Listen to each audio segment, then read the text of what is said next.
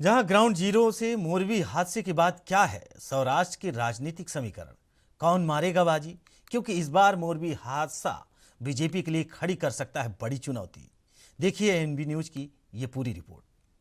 दर्द सहते सहते शहर इतना जख्मी हो गया है कि दर्द भी अब रह रह के पूछता है, बता कहाँ से उठूं।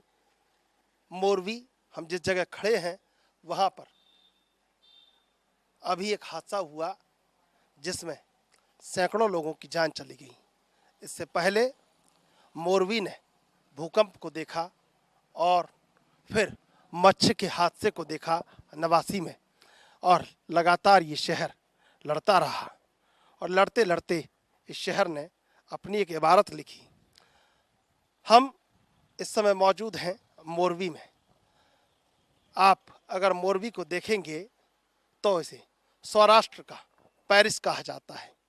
सौराष्ट्र की 48 सीटों में बड़ी खास सीट मोरवी, जहां पर आपको बताएं लगातार 35 सालों से भाजपा जीतती रही, लेकिन फिर ये हुआ कि भाजपा पाटीदार आंदोलन के चलते ये चुनाव 2017 का हार गई और भाजपा को उसकी नाराजगी का खामियाजा भुगतना पड़ा।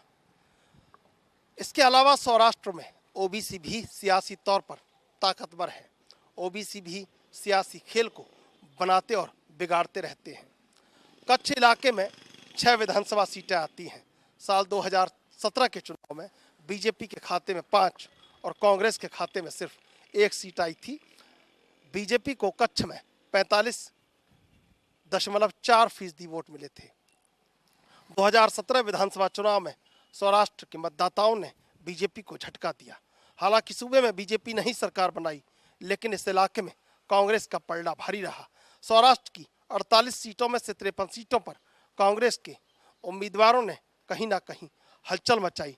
कांग्रेस की 45% वोट मिले, जबकि बीजेपी को इस चुनाव में वोटर्स ने नकार दिया था। जो बीजेपी 2012 में सबसे ज़्यादा सीटें जीती थी, वही बीजेपी इस बार तमाम चीज़ों के चलते पिछड़ गई और सिर्फ 19 सीटों पर जीत हासिल कर सकी। कई सीटों पर काफ़ी कम वोटों से बीजेपी उम्मीदवारों की हार हुई। डांग में, कपराड़ा में उम्मीदवार काफ़ी कम वोटों से हारे। सौराष्ट्र के 3 जिलों मोरबी, गिर, सोमनाथ और अमरेली में बीजेपी का खाता ही नहीं खुला।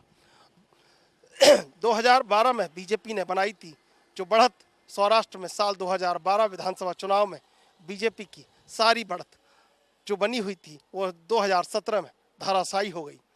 एक सबसे बड़ी बात, अगर सौराष्ट्र की हम बात करेंगे तो यहाँ राजनीतिक समीकरण जो है उसमें कांग्रेस के लिए बड़ा खामियाजा ये रहा कि सौराष्ट्र में कांग्रेस के 20 विधायकों ने पार्टी का दामन छोड़ा। इसमें से आधे से अधिक सौराष्ट्र इलाके से थे।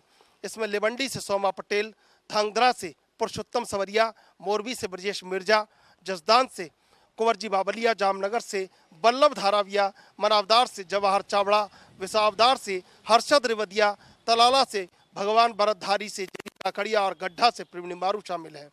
ये सबसे बड़ी वजह रही कि कांग्रेस यहाँ पर जो रूरल वोट था उसको हासिल तो करती रही, उस पर हक तो जताती रही और रूरल वोट कांग्रेस के संग जुड़ा रहा, लेकिन बावजूद इसके जो कांग्रेस के विधायक लगातार कांग्रेस को छोड़ते रही, यही कांग्रेस के लिए सौराष्ट्र में बड़ी मुसीबत बनता रहा। अब आम आदमी पार्टी भी जोर लगा रही है और कहीं ना कहीं पूरी तरह कांग्रेस भी जोर लगा रही है। लेकिन सबसे बड़ी बात मैं आपको बताने जा रहा हूं कि इस बार न पाटीदार आंदोलन की एंटी इनकम्बेंसी है और न जो बड़ी बात बीजेपी के लिए परेशान कर देने वाली थी वो तमाम आंदोलन है। लेकिन अगर हम मोरबी की बात करें तो मोरबी में जो हादसा है वो कहीं ना कहीं बीजेपी के लिए चिंता बढ़ा सकता है। सौराष्ट्र में कांग्रेस के साथ बड़ा वोट बैंक जुड़ा रहा, लेकिन हम आपको बता चुके हैं कि कांग्रेस के विधायक 20 से ज़्यादा विधायक 48 सीटों पर 20 से ज़्यादा विधायक कांग्रेस के पार्टी छोड़ते रहे। उसका नुकसान कहीं ना कहीं कांग्रेस को है। और इस बार उतना बड़ा जो एक एंटी इनकम्बेंसी का हुआ जिसको कहेंगे बीजेपी के लिए खड़ा था पिछली बार, वो नहीं खड़ा है, लेकिन इस हादसे ने कहीं ना कहीं बीजेपी को झकझोर कर रख दिया है। ऐसे में पुराने जो बीजेपी के बड़े दावेदार थे, जो लगातार चुनाव जीतते रहे, मोरवी से कांतिलाल अमरतिया, उनको इस बार बीजेपी ने टिकट दिया है और ब्रजेश मिर्जा कहीं ना कहीं बीजेपी से बहुत पीछे रह गए हैं।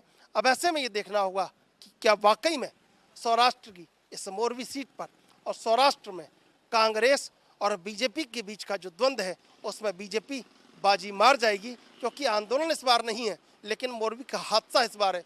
तो क्या वाकई में बीजेपी इस हादसे से उबर जाएगी या कहीं ना कहीं ये हादसा लोकतंत्र में बीजेपी को चोट पहुंचाएगा? कैमरा पर्सन करण के साथ मैं चंद्रशेखर, मोरवी।